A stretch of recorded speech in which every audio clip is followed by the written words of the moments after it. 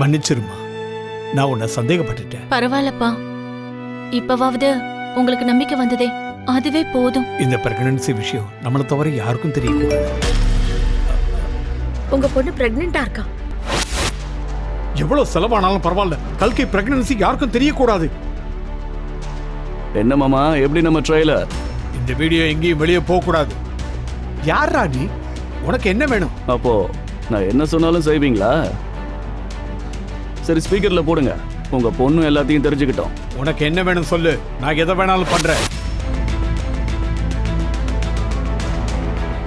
என்னால அது மட்டும் பண்ண முடியாது. முடியாதுன்னு சொல்ற நிலைமையில நீங்க இல்ல மாமா.